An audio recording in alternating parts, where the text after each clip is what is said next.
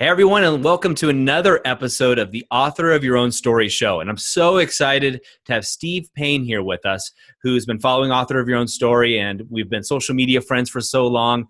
Steve has been in the fitness industry for quite a long time and a self-described old man who, has such a great story. And Steve, I'm not going to bore everybody by just reading your story. Fill me in. We've talked offline about this, but how did you get where you are today, and what are you up to?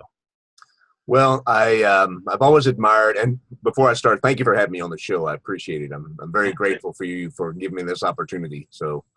But yeah, when I was a kid, I've always admired the look of an athletic physique. I've always admired the look of somebody who looked like they could do something athletically, or have power, have prowess, have some sort of skill beyond just the thinking realm. So I sought after that, and then once I got to a point where I thought I could help other people do that, I thought, why not? I could pass on a little skill. And then I found out how hard it was to do that. And so I began to develop my skill. And I guess it's probably 35 years ago, I got really serious and started training myself and working with other people and educating myself and going to various seminars and engagements and learning. And from there, I've just built a little business where I work with some personal training clients. And now I've gotten into the last 2.5 years, I have a business where I do an exercise program for people with Parkinson's. And so it's just, it keeps me young at an old man's age. So I love that. And you've shared that with me before. And I'm going to use that quite a bit. And so, your story, one of the reasons I wanted you on the show is I love your story that you're following your passions consistently and you're finding a way to make them work for you and your lifestyle. So, people that are listening to this, they're saying, okay, great. Here's Steve, old man, keep staying young. But at the same time, what makes your journey unique? What would you say separates you from the typical stories that people might hear? Well, I started out in life as a computer tech. And, as a young man, right out of high school or in high school even, I worked a number of jobs. And I look at it as I worked a lot of jobs to find out what I didn't want to do the rest of my life. And so when I got to the point where I was able to start helping people in a fitness realm, I saw pretty quickly that, making somebody enhancing their life, adding more value to their life was much more enjoyable. Plus, I get to dress like a beach bum. I get to tell people what to do, and they listen, and they think I'm smart. So it's a lot of fun. That's great. Well, obviously, I have a diverse fitness background as well, and I always told people most of my clients were business owners, and that's how I've evolved into the coaching realm. But I always told them, like, hey, people pay us to torture you, and they like you for it, right? It's an amazing career, amazing field. So you followed your passions, and you've shared a lot of this with me, but you followed your passions along the journey, which many people don't do, right? Was there a certain point where you were kind of dipping your toes into the water, so to speak, to see if this would work, or did you jump straight in? No, I jumped straight in. Once I knew, I kind of dabbled I was a gym manager in Dallas for a little while, and I got the opportunity to work with some folks up there, and it kind of wet my whistle a little bit. So when I moved back to San Antonio, and just in full time, I said, this is what I want to do. And so I quit the whole computer tech thing and jumped right in. And this is what I've been doing, ever since. And so I haven't looked back. And it was one of those kind of sink or swim kind of deals. I parked my ship on the beach and set them on fire and said, there's no going back. So love it. Which is a common thread we hear with so many entrepreneurs that have followed their own journey, right? They've kind of painted themselves in the corner or burnt the ships, right, where failure wasn't or isn't an option. Did you right. do that consciously, or was that just something that came about? I did it consciously. It was one of those things that, like I said, I knew what I didn't want to do. I got tired of working for other people. I got tired of, merely trading my time for money.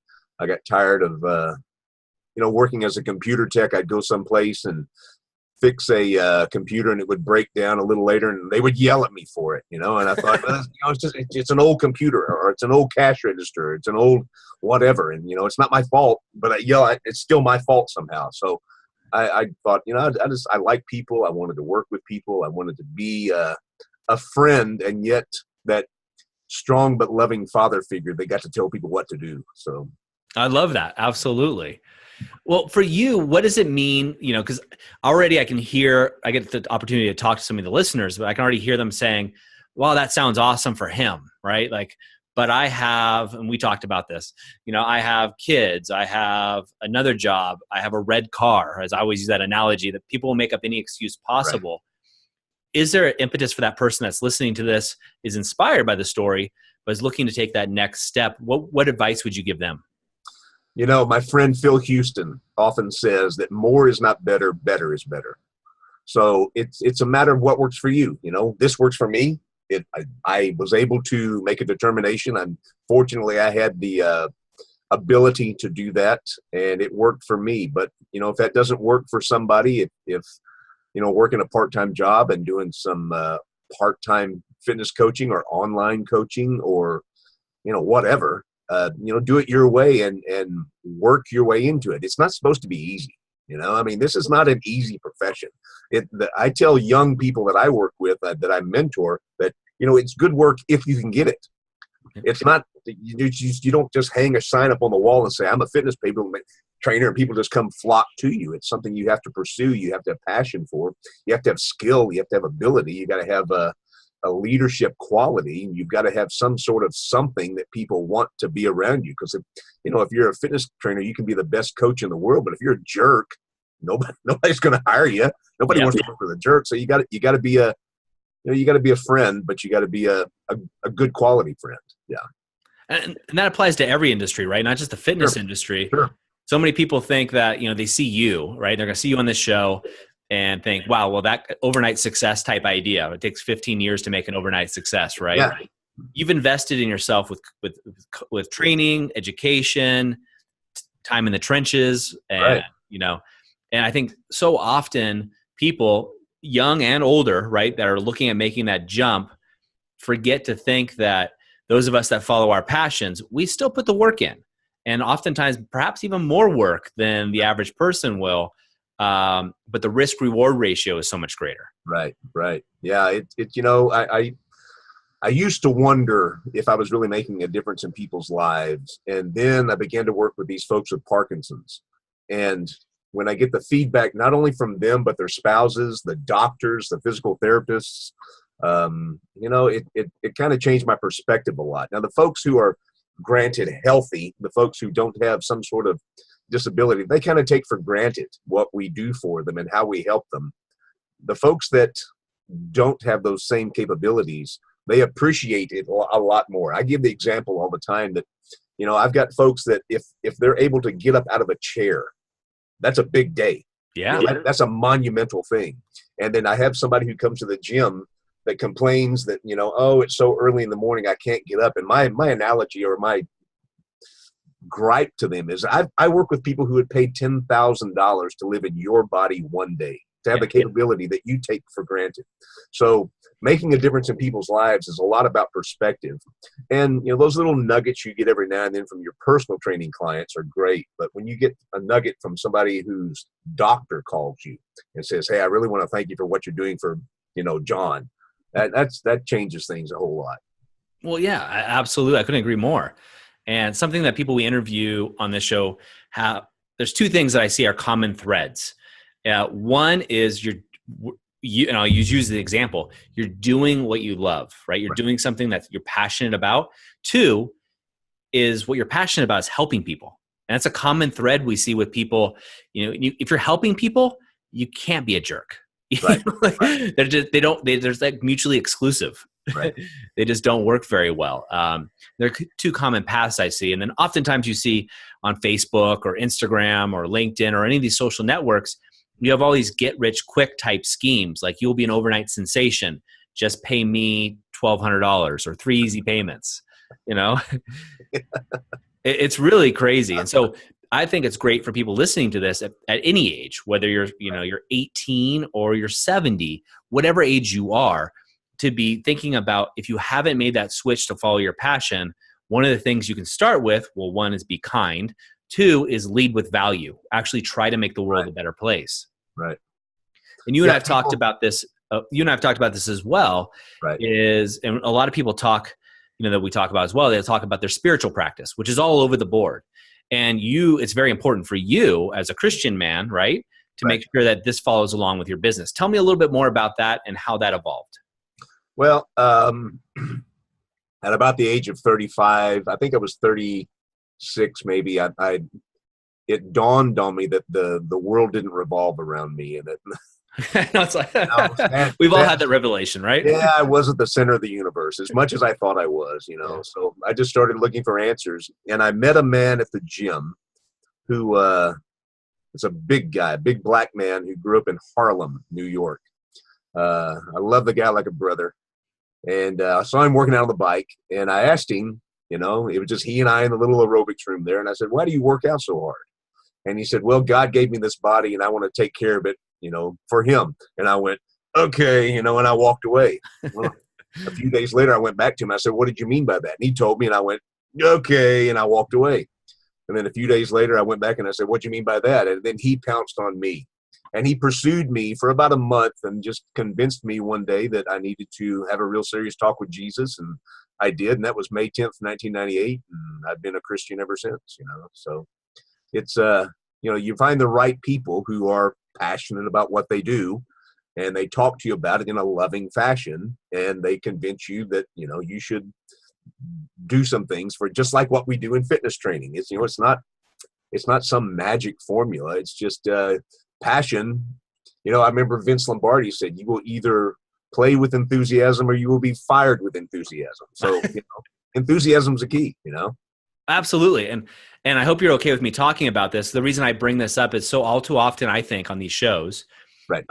It's okay to talk about spirituality in the sense of, what was typified as New Age spirituality, but it's not okay to talk about more traditional religious beliefs. Right. And, if you go to your website, that's a cornerstone of your belief system and also your business. And you've integrated the two rather than what so many people try to do is separate it.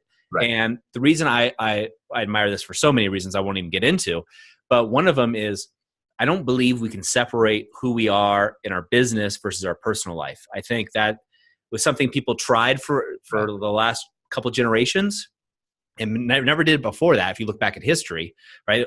Business, religion, personal self are always intertwined. Right. We try to separate those. And it's like wearing a mask. You put on one mask, go to work, and then you take it off, right? And I use the analogy of a suit, and you're talking about you get to dress like a beach bum. Well, all your clients who are wearing suits, as soon as they get off work, what do? They don't keep their suits on. They shed them as soon as possible, right? And I always thought that was the funniest thing when I give lectures to business, people, is, if I came in not wearing a suit and they'd say, "Hey, look, Doug, let's go out after this." And the first thing they would do is shred their business suit. And I would say, "Well, why are you wearing this anyway? It's fake. We all know it's fake." Yeah. This level of professionalism. So anyway, to your point, and one of the many things I think is so great about you is you're openly intertwining those. And so my question to you, was that a conscious decision, or is that something that just evolved over time? That kind of evolved over time. I got a lot of advice from various fitness types and people and business types who told me, don't do that. Don't do that. And, it's not like, I look at it in several ways, and it's lessons that I've learned from other people. People know I'm a Christian man. People know that I follow Jesus. I love Jesus. I'm a Jesus freak, but I don't shove it down people's throats. Jesus was a gentleman. Jesus didn't bust somebody's door down, and follow me. He asked, he talked to people, So if I whip out my big double-barreled Jesus Bible and start blowing people away with it, what's going to happen? They're not going to appreciate that, So I just talk to people, and if they're interested, they ask questions, and if not, okay, well, maybe somebody else will talk to them. But it's not my job to do Jesus's work. It's my job just to talk about him and let somebody else make their mind up, So, and if they have questions, people know they know they can talk to me about it. And if they don't want to talk, that's fine with me too, Well, it certainly seems very Christ-like to me. So hats off to you, my friend. Thank you. I've had some good mentors. You and me both. You got to rely on the mentors. We always talk about getting a mentor. Well, that brings me another question. So here I am. I'm 26. I'm listening to this. I'm hearing what you have to say. Where do I start off finding a mentor? What would you recommend? Where's the first point? How do I find that person that's going to take me to my business, to whatever it is I'm trying to achieve my goals, how do I find a mentor, and how do I convince a mentor to work with me? If you're in the gym setting, number one, do not look at the guy with the biggest biceps. I'd be out of work if that was the case. Yeah. You know, those guys are visually stimulating. People are very visually oriented, but you got to look past that. You got to look at the guy who connects with people. Look at the guy who has clients that he's worked with for a long time. People that have been with someone for a long time and they speak highly of him. You got to look at, you can go online and see all kinds of gurus and mentors and that kind of stuff, but find somebody online like yourself. Find somebody online like a Pat Rigsby or a Paul Reddick or there's so many people out there. Greg Justice is another great one. Just find somebody who has been around for a long time, who doesn't try to wow you with a lot of, like you said, overnight success stuff and all that garbage. Somebody who just has a wherewithal to connect with people, because we really are in a personality-driven, relationship-driven business. And so the guy who's flashy, the girl who's flashy, who has all the sparkly, the nice shiny object stuff, they may have some knowledge, but a lot of what they've got is directly connected to their connection with people. But if you look at the person who has a large following and have been with them for a long time, who's a regular Joe, for lack of a better term, the Joe's Gym kind of guy who just had, if for me personally, when I meet someone, I can tell almost instantaneously by the handshake and the way they look in my eyes, if they're one of the guru types, or if they're just a genuine, caring, knowledgeable, fun-loving, easygoing, smart guy. And I've never shaken your hand, but I can tell just by looking at your eyes, looking at your face, listening to your voice. Yeah, you're the kind of guy that we would connect. Yeah. Well, thank you. That means a lot to me, and I greatly appreciate that. And the other people you've mentioned in the fitness industry are top notch there. Right. And so absolute great people. A lot of people listening to this, in fact, most aren't in the fitness industry, but the advice still holds true, right? Look at somebody who's been in the game for a little while, who's got a good groove going on, whatever industry or business you're with. And would you say it's important when you find that person and you're saying, hey, Steve, like he's ahead of the game, he's where I want to be down the road sometime in life. Do you feel it's important to them to add tremendous value as well? Or is it okay for them just to expect you to pour into them? Well, I've got a friend in Austin, a guy named Donovan Owens, and he has a saying that says, if you want something from someone, advice, knowledge, whatever, go in with the giving hand. So you can't just stick your hand. Hey, can you help me? You got to be able to offer something. You got to have something of value. Was it Jimmy or Warren Buffett said, price is what you pay, value is what you get. So if you're not bringing any value to the table, if you're not offering something of equal or greater value, or you're not offering to do something, to be something, to help somehow, you can't expect much in return, because quite frankly, these guys don't owe you anything, and neither does anybody else. So if you can offer them something and get just a nugget in return, or buy their products, better yet, buy their stuff and read it and apply it. It really does work. Yep. It's value is what it is. Absolutely. Yeah. So I'll even so we'll get college students that'll reach out to me and whatever industry they want to be in, and they'll say, hey, how do I find a mentor? I can't afford one. Because I'll say, look, there's a couple of things. One is you can pay for it, right? That's a value exchange. There's nothing wrong with that. Although some people look down upon it. Sounds like you too. I've paid well over six figures on mentors, and it always doubles down for me in the end. But I would say something like, look, you can wash their car. You can go pick up their laundry. You can do something to lighten their load so they have more free time to invest in you. Mm-hmm. And my guess is, a lot of the mentors who are listening to this even might think, hey, look, we kind of just want to see somebody put a little effort in, right? Yeah. Show me that you care, right? And that helps, that next step. Because there are, especially mentors that get to a higher status level, and I don't mean status in any other way, that maybe they're more visual, right? They're out there a little bit more somehow in the public eye, whether they mean to be or not. More and more people are reaching out, asking for things, and time's a limited resource. So how can you separate yourself from the herd? If everybody's always asking for something from those people, how can you pay it forward? And it doesn't have to be monetary. It can be, but it could be something in service. And I think you make a great point of, read their articles and comment on their articles and show them that you care and show them that you're involved and you're going to put action forward is a critical step. Well, I read a book recently, and I wish I could remember the name of it, but the point of the book was that, people really do want to help you. And if you have a circle of friends, and a lot of those people have abilities that you don't even know.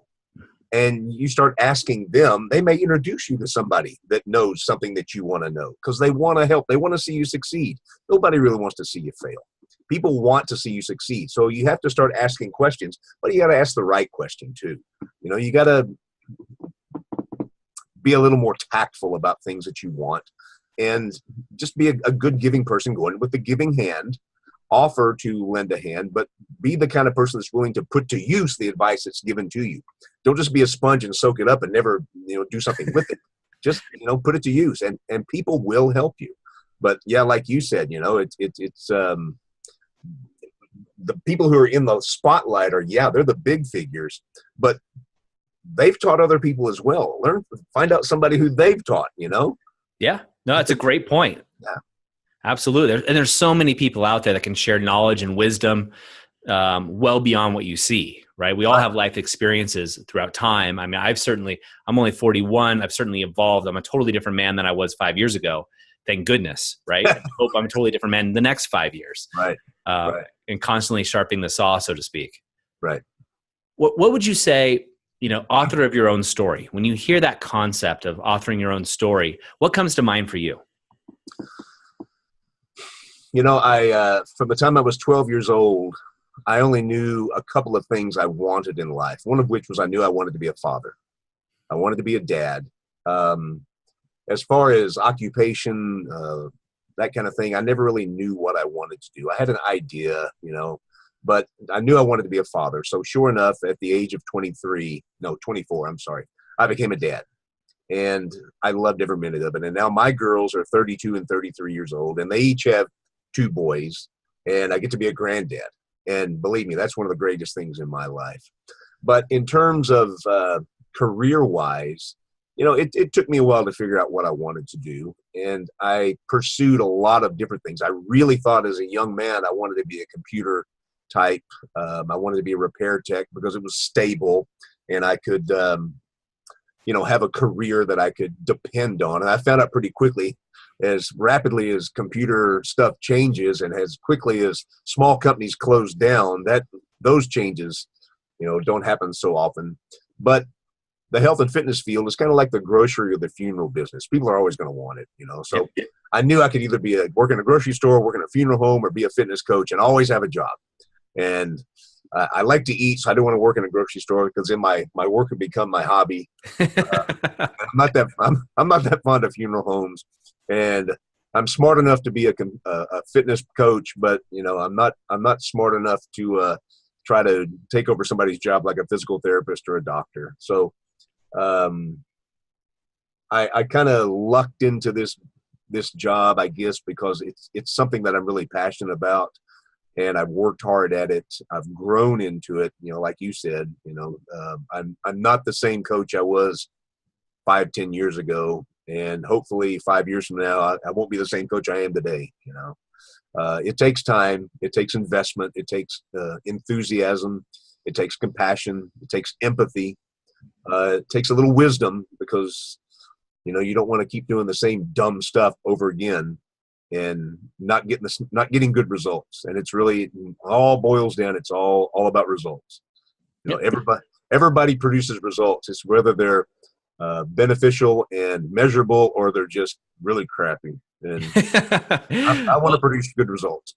Well, absolutely. But my guess would be, and correct me if I'm wrong, is you've mentioned a couple things, and you mentioned lucking into this, but you also burned the ship, so to speak, to make sure that you hedged your luck to make sure that it was in your favor.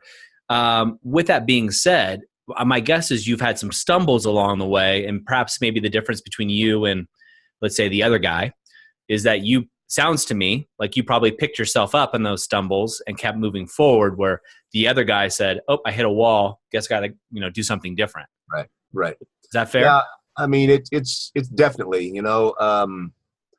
I knew early on in the career that I wanted to, the number one thing was kind of follow the Hippocratic Oath, first do no harm. And so that's been the main crux of my focus is, I wouldn't say playing it safe, but I want to ensure that I don't hurt someone. Because if somebody comes to me as a fitness coach and they have a job to do and I hurt them and they have to miss 3, 4, 5 days a week, 2 weeks from their job because of something stupid I did, then I'm of no value. And that's going to get out to a lot of people real quick. So my number one priority has always been first do no harm. Second thing was when I was 15 years old, I was watching a baseball game. And the old coach for the Cincinnati Reds, Sparky Anderson, was giving commentary at the end of the game. And he said, and always remember, it doesn't cost a dime to be nice.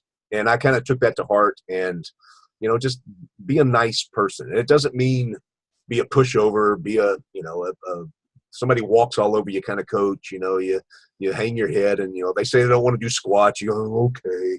You can be nice about telling somebody to do some squats, but just be nice, take care of people. People want to know.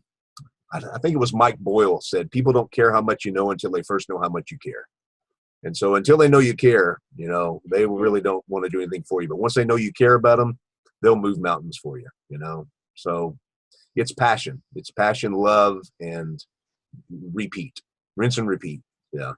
So true. Yeah. I'm not sure who originally said that, but it's so true. People know how much you care. They, that makes the biggest difference. They don't care what your knowledge base is until they know that you actually care for them. Right. Steve, you've been so generous with your time.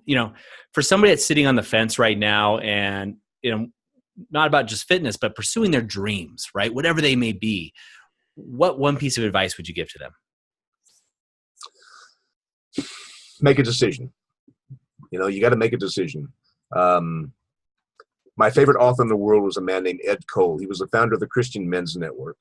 And he wrote in one of his books that, God gives us all free will. We each have the power to choose. But once you make that choice, you become a servant to that choice. So no matter what decision you make make a good choice, because you start pursuing that, there are going to be benefits and consequences that come from it. So make good choices. Decide something that you really enjoy doing. And the old axiom, the old cliche statement, find something you love and you'll never work a day in your life is true. It really is. I get up at 4 a.m. every day, not because I have to, because I want to, because I get to go see people that I like to be with, the people that like me to coach them, and I enjoy coaching them. I've done that for 20 years. I drink a lot of coffee, but I take naps during the day, but I do it because I love these people and I love being, there you go. I love being around them. So find something you really enjoy and then make a decision to stick with it no matter what.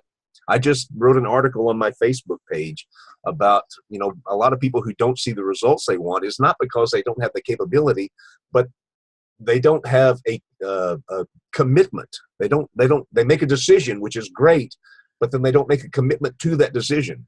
And the definition of commitment is doing what you said you do long after the feeling you said it in is past.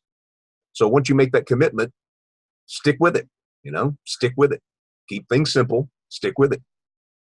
Yep, rinse and repeat, right? I've heard, it's actually my brother always told me in business, I started business at a very young age.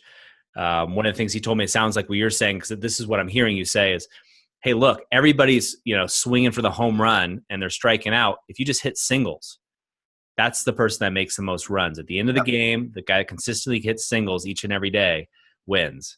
Right. Who typically scores the most points on a football team? No. A kicker. Yeah. The kicker kicks extra points and field goals, 1 and 3 point shots. Yep. And he's the one that's always the highest scorer on the team. Yeah. It's interesting, right? And it applies to life. So many of these axioms do, which is absolutely fantastic.